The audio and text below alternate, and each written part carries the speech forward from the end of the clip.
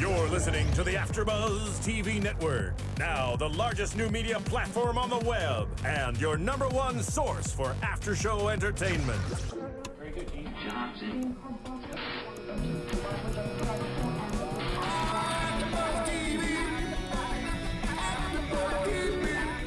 From the AFTERBUZZ Studios in Los Angeles, California, presented by Maria Menounos and streaming live thanks to Akamai Technologies, this is AFTERBUZZ TV's Chasing Life After Show. We'll break down tonight's episode and get you all the latest news and gossip. And now, another post-game wrap-up show for your favorite TV show. It's AFTERBUZZ TV's Chasing Life After Show. Such a sad song. I know. I'm gonna cry just thinking about it. I know. Welcome everybody to AFTERBUZZ TV. This is the after show for Chasing Life. This is episode 8, Death Becomes Her. And this episode was a tearjerker once again. I felt like last week we got a little bit of a break, but this week Crying again. crying again. And I also feel like this episode we saw different states of people dealing with cancer. Yeah. And I know it's been a reoccurring theme with April and, you know, her finding out that she had cancer and then trying to deal with it. And I feel like at first she was in denial about her cancer and she wasn't going to believe that she had cancer or anything like that. And I feel like she's kind of moved past the denial stage at this point, and now she's kind of in not quite acceptance, but like almost like She's getting there. I'm angry that I have this. I want to fix it. I need to get rid of this kind of stage. I know. I feel like she finally started to deal with it realistically, because before she's kind of been like, work. I need to do work. Don't want to care. She just didn't really want to think about it. She was in serious denial. And I could tell this episode, it really kind of sunk in for her. I actually have cancer. This is actually what could happen to me. I could actually die from it. It was really sad. It was. And this, like you said, she's always been focused on work. And this is the first episode where she went up to her supervisor and was like, I'm sick. I'm going home. I don't care what you say. Goodbye. And her supervisor said, you don't look sick. And she's like, well, I am. I was like, you go, girl. You go, girl. Leave work. And I also felt like not only was this a different stage for her, but we also got to see some of her cancer group in other stages. Yeah. You know, we have Jackson, who is kind of at the end of his road, I guess you could say. And he's dealing with it in a whole different way than April is. And April goes to visit him in the hospital, and he's telling her, you know, I really wish I could go outside and feel the breeze on my skin and listen to the birds chirp. And I think in April's mind, she's like, oh. She's like, I have to take those things, I can't take them for granted anymore. Yeah. I think that was a realization for her. It actually, I feel like in the episode, that was the first time where she thought, wow, this could actually happen to me. Like, I could actually die, and so I need to not take things for granted. And that's why I think at the end we saw her go to her mom, which I was really happy about, because her and her mom had a great relationship in the first episode and the second episode, and then she got cancer, and it seemed like their relationship kind of fell apart. Yeah. And so it's nice to see her like have that realization with Jackson and kind of go to her mom and say, I don't want to have, you know, if I die, I don't want to die with us having tension. Exactly. So I was like, thank God. And don't want kind to of have anything bad, leave anything bad behind. No, exactly, because who knows? I mean, she's thinking it could be months, but you never know. Exactly. So I think that was a really good step in her overcoming the denial process and coming to realization that, yeah, you do have cancer and you do need to deal with this now. Yeah. And a side note from the hospital visit, April shows up with a plant, and they tell her, you can't bring a plant into here. Like, it might have germs or something. And she totally didn't even realize that. I left her like running out like, oh, okay. let me take this out for you. She was so funny. And then Leo comes in with the cannolis, and mind you, I was craving cannolis the rest of the night. Like, where do I get cannolis in LA? I don't even know what a cannoli is, but it looked good, and I kind of wanted some too. Yeah. So let's hop over to Brenna's trip to Florida, because I felt like, other than the whole Jackson thing, I felt like this was a huge portion of the episode. And I felt like we actually spent more time with Brenna and Greer down in Florida tonight than we've spent in any episode with the two of them. Oh, yeah. Or any episode. I feel like even with Brenna at all, we haven't really seen, like, she's been around, but there hasn't been major storylines. No, and I feel like tonight she was kind of the main character. Yeah. So Brenna and Greer go down to Florida for a ecology club. And this is kind of where Brenna discovers that her sister or half-sister lives in Florida. And so she gets this great idea, well, I'm going to be in Florida anyways. Why not go visit her? Mm-hmm. And it didn't quite go, I think, the plan that Brenna and Greer thought in their mind that it was going to go. Yeah, I think that they were thinking that they're going to show up and she's going to meet this sister, and this sister's going to be like, I had no clue about you either, or I didn't know that I would ever meet you, and she was going to be like a happy reunion. And she was really hostile. She was like, I know about you. I know about your family. I don't want anything to do with you. You shouldn't have come. She was kind of a bitch. shocked at her response when they came to the front door. I mean, she knew exactly who they were. She said that she had been looking at their pictures and stuff throughout the years, knew exactly who they are. I was shocked at this. I mean, I had a feeling maybe she might have known about them, but to the extent, it sounds like she was a little stalkerish. Well, it sounds like she was more involved in her family than any of them had thought, because she said she'd met their mom, and it's like, well, how deep did this go, and why did they? I mean, it's not like when April's dad died, it's not like they were little kids. Yeah. April was already in college. I feel like, how did they keep something like, oh, you have a sister? How did they keep that a secret for so long, especially from someone? It's not like they were 5 or 6. You know, they are adults. They're mature. They're old enough to kind of comprehend what happened. But you think that once they would have hit like middle school or high school, that their dad would have sat them down and said, we need to talk to you about something. Especially if it's not like he was trying to keep it from his wife either. So she knew. So it's like, so it makes no sense why the mom and the dad would be mom keeping had this. Forgiven dad, obviously, because they were still together. She'd forgiven him for having an affair. So, I mean, once she'd forgiven him, I feel like that was the next step. Like, tell the kids that they have a sister, and maybe make Natalie feel more part of the family. I feel like she was resentful. She's very resentful. To the fact that they got a family, and she got a dad, like, twice a year. And I thought it was very interesting, her words like, your family's perfect. Yeah. And then she's like, no, my sister has cancer. No, my sister, yeah.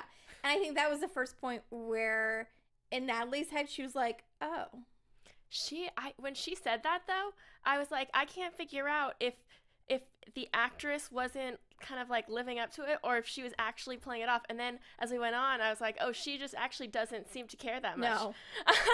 So I was like, at first I was like, give me some emotion. And then I was like, nope, that's her character. She just doesn't care. No. She has no interest in. But I was curious. Okay, so Natalie did invite them to get in the car and go hang out with them for a little bit. And of course, she looked like she was in a party outfit, first of all. Yeah, so she was already going drinking. Yeah, she was already going drinking. But she takes these 2 high school students to the bar with her. Buys them drinks. And I'm curious your thoughts on this. Do you think that Natalie drugged Greer? I don't know. I'm like, I think, not drugged. I don't know. Maybe she had them put like something extra in there, and so it snuck up on her faster. But also, like, Greer isn't, we saw at her party, it's not like she gets trashed all the time. So maybe she doesn't know really how to handle alcohol. But Brenna had said she was fine just a second ago, and now she's sick. Yeah. So that's what I thought was a little interesting is, I mean, how do you go from like 1 drink, 2 drinks, and then completely like I'm going to throw up. Like she's going to, I don't know. It was interesting. Yeah, and especially they were drinking little like fruity drinks that are probably like 90% cranberry juice. Yes. So you would think that it would take a little while for them. I mean, even if they're not drinking, even if they're not, Greer wasn't a drinker, you know. Yeah. It wouldn't shoot up on her just like that. So I don't know. And maybe it wasn't Natalie, and maybe it was one of her friends. So it was like, oh, Natalie has told us that we don't like, maybe we'll figure that out. That's and she drugged her drink, but. Yeah, I just feel like you said, a friend could have done this because Natalie's talked so much They probably know that. They probably know. But I could also see Natalie doing this to kind of be like, I don't care about you guys. She probably wanted to hang out with Brenna, so Brenna would be like, oh, you're right, I don't want to know you. Yeah. So that she just gets left alone for the rest of her life. Yeah. So that was very interesting, and I feel like when Greer and Brenna left the bar, that it just was like a bad, messy breakup. I know. I felt bad for her, and even I feel like she was taking her resentment out on Brenna, and it's like Brenna just found out about this like 2 days ago. She found out that you existed. She had no clue. So why are you taking out your resentment on her dad and her mom and the rest of her family on her? Like, she's 15 or 16. You know, she doesn't. Yeah. She just wants to know her sister. Now, I was interested to see this whole scene about George and Sara, which is April's mom, together talking about this whole incident. Did you feel sparks? I have that down on my notes. I wrote that too. What is going on? I thought that last week, actually. I was watching them interact, and I was like, there is something going on there. When they were talking, she said that she mentioned that she knew George first. Mm-hmm. And I'm thinking, well, maybe there was some kind of relationship. Then they were at I think the Mixer or something. Yeah, they're at a bar. And the lady comes up and is like, oh, are you guys together or something? Like, no, but you know. I know. I think that there's some history there. Maybe not a relationship, but maybe there was always some kind of attraction or interest. But they definitely have sparks. Yeah. I can feel it through the TV. Yeah. Something's going on with the two of them, and they haven't been completely truthful with us. I think too that part of their kind of tension, or part of the reason why they're so upset with each other, might be some of the history that they have with each other that we don't know. Mm-hmm. Maybe there was something in the background besides the dad's death that made them have kind of a rocky relationship, or maybe her marrying the dad was kind of something that made it a rocky relationship. Because he wanted her. I'm just going to throw this out there.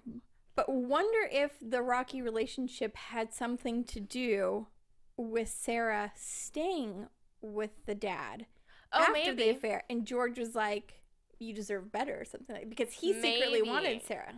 Oh, that could be it too. I've had this feeling kind of since the very beginning of the series, though, that George is actually April's dad. I've just had this feeling, and I don't know if it's just because it's after Pretty Little Liars, so I think that everything is like that, like everything is a scandal. That would totally happen. That would happen, but I don't know if like my mind is still in that mindset, and I'm like looking for things like that. But I've just had this feeling that George is April's real father. I don't know, and maybe that has something to do with the fact that he had an affair. I don't know.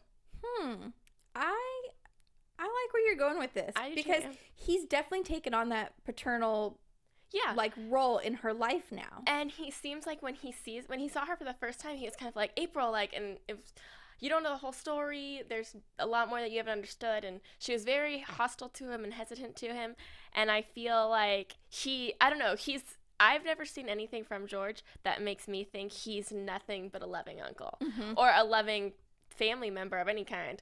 But he treats her like a daughter, and I don't know, maybe that's just because she doesn't have a father anymore, and he feels like he can step into that role for her. But I get that. I just get that feeling. Interesting. Yeah, that's where my mind went, like the second episode. Mm-hmm. He's her father, I know it. We have a couple more episodes to find out if he is. Or maybe they'll tease it for the next season. Yeah. Who knows? So let's get into Jackson, because Jackson, I feel like, also had a significant role in tonight's episode, or yesterday's episode. Because he is so terminally ill, he has been thinking about his funeral, and I thought this was an interesting moment because he thought about, what he would like to be done there, and what music he wants to be played, and it was kind of a sad moment because he's like, there's this party going on in your honor, and you can't even be there. Yeah. And that was kind of a sad moment. And I've known people in the past who've said, they want certain things happen at their funeral, and then it happens. And it's a really nice, touching moment. But it was nice to be able to see that he could actually be there and experience it. Yeah. And one of the things that he really wanted was for someone to sing Had a Bad Day. Yeah. And so they brought in this a cappella group, which maybe someone can tweet us and let us know for sure, but I'm pretty sure that's actually a acapella group called Nothing But Tremble. They were good. They were really good. I would be really surprised if they just threw them together. Yeah. So they were really good. And I thought this was a great moment. And and let's go back because Leo was... Do you love him yet? I gotta say, I jumped on the Leo train this week. I wrote little hearts around his name in my notes. I was like, really I'm just watching it, and I'm just drawing hearts. Leo, I love Leo. So Leo has this great heart, speaking of hearts. I know. And it's so big. And because I think he is terminal, he really knows what it feels like to live life to the fullest, and he's really trying to have everybody else experience that as well. So... you know, Meg. Let's go to Meg. Meg's, I don't know if it Meg was wants to be a stripper. Her lifelong dream to be a stripper, but she wanted to be a stripper. I think for her, it seemed like, it didn't seem like she would be someone that would be like, this is what I want to do for a career. No. But it was one of those things that she was like, well, if I'm going to die, I can't say that I ever was a stripper. Yes. And so it was just kind of a silly fun thing for her rather than this is what I wanted to do with the rest of my life. Yes. And I thought it was a touching moment when she said, you know, I haven't felt very womanly lately because I lost my hair, and this is the first time I could get out there. And guys noticed her. And that was a sweet moment. Yeah. And I loved when Leo, like, took the money and put it. It was so sweet. And then she took her wig off, and everyone clapped. Yes. And I was like, that's a great stripper crowd right there, because a lot of them probably wouldn't have clapped. And everybody in there was, like, really supportive. This made my heart break just a little bit. Yeah. So Leo's kind of playing Santa Claus in a way. Yeah. He's like his own Make-A-Wish Foundation. There you go. He's his own Make-A-Wish Foundation. I loved that about him this episode. He is just... And he paid for April's fertility treatment. We find out that he was the one who paid for her fertility treatment, and I have a quote here somewhere. He played it off so cool. Yes. Okay. So April tells Leo, "Thank you for paying for the treatment," and he responds, "Who, me? Why would I pay for eggs?" Yeah, like, you know, just playing it off so sarcastically, such in a Leo way, but such a lovable way. Like, oh, I didn't do that. It was no big deal. Yeah. And April's like, ugh. I know. Which I think at that point when she realized that he paid for it, Dominic out of the picture. No more Dominic. Thank God. Whatever. We saw him. We did see him a little bit for like a few seconds this episode. You could tell she's trying to get over him, but then she slept with Leo, so I feel like she's there. And I think this is the funniest part of the whole show. After she sleeps with Leo, and she goes something along the lines like, "What am I gonna help with your dreams?" And he goes, "Well, you already did." Like, yeah, I was like, maybe you just did. Maybe you just did. Like, I love him. He needs to be a real person because I love him.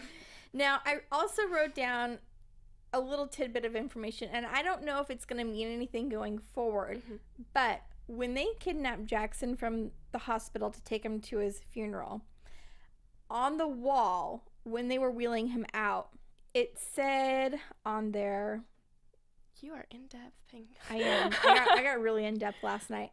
I don't see it right here, but it said something along the lines of the Bruce Henry Cancer Center. Oh, really? Yes. Interesting. Maybe Bruce Henry had donated money to the cancer center that was treating Leo? Possibly. Or maybe it's a political scandal. Yes. So I'm curious to see how, if it's going to even play out. Yeah. Or if it just...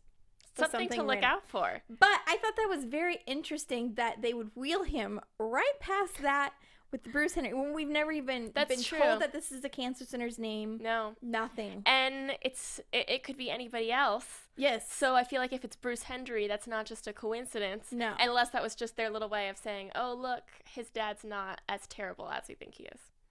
But we'll see. Yeah. Stay tuned for that one. Not quite sure about that one. So I think that pretty much wraps up this episode. Let's get into some predictions. And now, your AfterBuzz TV predictions. Well, I predict that I'm going to stick with my theme of predicting about Leo. I predict that his and April's relationship is going to kind of like blossom over the next episode. I think that, and I think because even in this episode, we kind of saw them have a difference of opinion of how their lives should be led. Kind of like she thinks he's giving up, you know, they had that conversation where he's like, you're giving up. And she's like, I'm going to fight to stay alive. So I think that's going to be kind of an issue for them going forward because she's going to want him to fight and he knows he's terminal. Yeah. So whereas she kind of probably feels that way because she's not terminal. And so I think that that's going to be kind of an issue for them. But I would like to see them, I don't know, date a little while. Like, I want to see them happy, like in a good place at least, before anything happens. Mm-hmm. I'm going to go off of that. I also think that they are going to have a blossoming relationship. Yay. Yes. I guess I'm a Leo fan. Yay! I hate to admit that after last week. I know. I'm really glad that you came to this side because I don't understand how anybody could not be a Leo fan. After this episode, I'm a Leo fan. He has a heart of gold. He does. And he's adorable. He is. Yeah. I'm also going to predict that something is going to happen between George and Sara. Oh, I hope so. Relationship-wise. And I have a feeling that April's not going to be too fond of it. Yeah. Yeah. I don't think she's going to love it. I don't think any of them are going to love it, would love it, because moving on from Dad, that was a step in the right direction. Okay, you can move on. You can date Brian or whatever his name was. But dating Dad's brother, that might be a little issue creepy for them. Yeah, I think they're not going to be too fond of that. I have one more, though. I'd like to see Brenna and Greer's relationship kind of... Yes. Because we kind of saw them start last week, and then it was like they were in a relationship. And she was so supportive. They were so cute, like holding hands up to Natalie's door. So I'd like to see more from their relationship rather than her just being there with them. Like, you know, I would like to see more happen with them. Yeah. Okay, so speaking of Brenna, next week we actually have Brenna in real life. Haley Ram is going to be in studio with us, so make sure. So make sure you guys tweet us your questions for Haley, and she'll be in studio to answer them. So speaking of which, where can they find you on social media? You guys can find me on Twitter at Kristin Strange and on Instagram at Kristin Aubrey Strange. And you can find me on Twitter and on Instagram at Heather Joy Smith. Thanks everybody for watching. We'll see you next week. From executive producers Maria Menounos, Kevin Undergaro, Phil Svitek, and the entire AfterBuzz TV staff, we would like to thank you for listening to the AfterBuzz TV network. To watch or listen to other after shows and post comments or questions, be sure to visit AfterBuzzTV.com. I'm Sir Richard Wentworth, and this has been a presentation of AfterBuzz TV. Buzz you later. The views expressed herein are those of the hosts only and do not necessarily reflect the views of AfterBuzz TV or its owners or principals.